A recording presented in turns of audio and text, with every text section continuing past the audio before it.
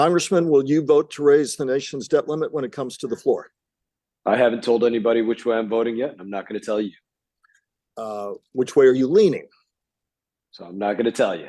I'm letting you know that this is a negotiation up until the very end. I'm happy to discuss both sides of the issue with you all you want, but I'm not going to tell you how I'm voting yet. What are the biggest sticking points for you? So biggest sticking point, number one, I think you take any of the individual parts of this bill and as silos, they're all things that I would agree with, whether it be taking money from the IRS, whether it be saying students need to start repaying loans, administrative pay-go, all the individual things in a silo. I'm supportive of all those. I think it's good conservative policy. The question for me and anybody else, is it enough given the loopholes that are in some of these policies to get us over the line on actually raising the debt limit? That is the holdup. What tips you to a yes vote? So what could tip to a yes vote is to get loopholes filled so that there can't be using administrative pay-go as an example to explain that to people. That means for the administration to spend $1, they would have to take $1 from somewhere else. Well, the loophole in that one right now is that the Office of Management and Budget could basically override that if they said it was a circumstance that they needed to. Well, that might not be a latitude that I want to give the Office of Management and Budget that is under the administration. That would be one example of one of those concerns. When you're talking about the dollars for the IRS, obviously I've been very opposed to the 87,000 IRS workers. That was an appropriation of $70 to $80 billion last year. And to take away 1.4 billion, I get that that is the number that has so far been appropriated to that, but it still leaves, let's just say, $70+ billion out there hanging in the wind for the IRS to hire on more IRS workers. Those are some small examples of, or maybe not small examples, but examples of problems that I have with the legislation as written. What do you say broadly to Democrats who say Republicans are holding the economy and Americans hostage because a default would be catastrophic?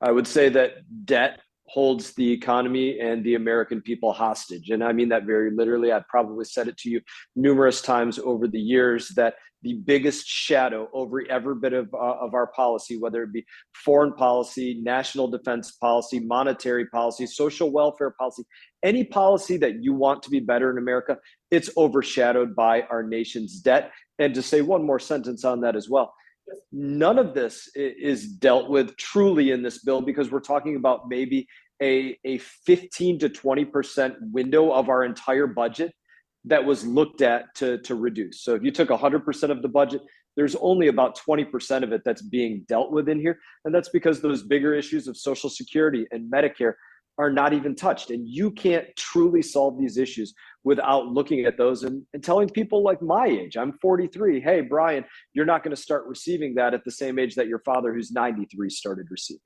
If we default on the debt, if the vote goes that way, what would you say to constituents who aren't getting Social Security checks, or all of our military men and women who may miss checks, or military retirees, or people whose Main Street 401k could tank? The biggest threat to the United States of America is our debt and deficit. Now, I would say two other things related to that.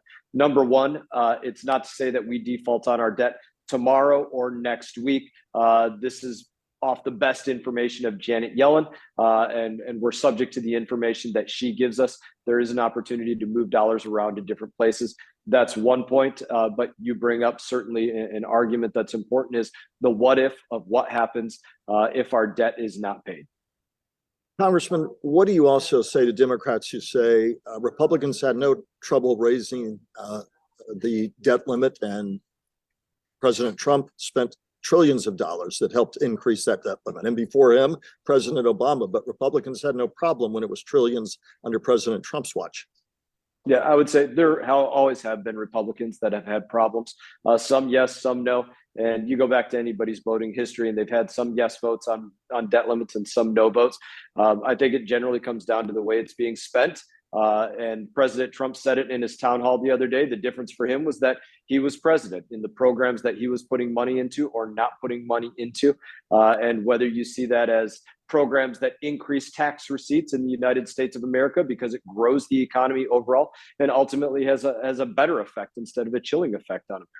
What do you say generally to people who don't keep up a lot with Washington politics and sort of say a pox on all of you, Democrats, Republicans, and say, is this any way to run a country?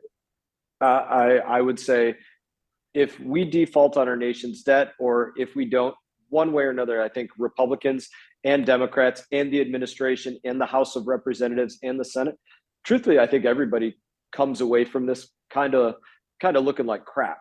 If I'm being honest about it, everybody comes away looking like crap because the way that this is dealt with on every side of it, I will be fair and say it should have been dealt with differently. President Biden should have not spent 100 days not negotiating and probably not been in Japan. And the Senate probably should have, on the Republican side, backed Speaker McCarthy's play or worked on it in other ways, at least taken up the bill that was sent out of the House of Representatives and brought it up for a vote. And on the Republican House side, right, Speaker McCarthy could have gone about this in a different way, getting different provisions that doesn't bring it to an if this is going to pass, but policy that everybody would have voted for. And so, yeah, I think, in the end, everybody kind of comes away looking very bad with the way that this has gone down. And that's not the way that I would have liked it, but I got to try my best to answer honestly.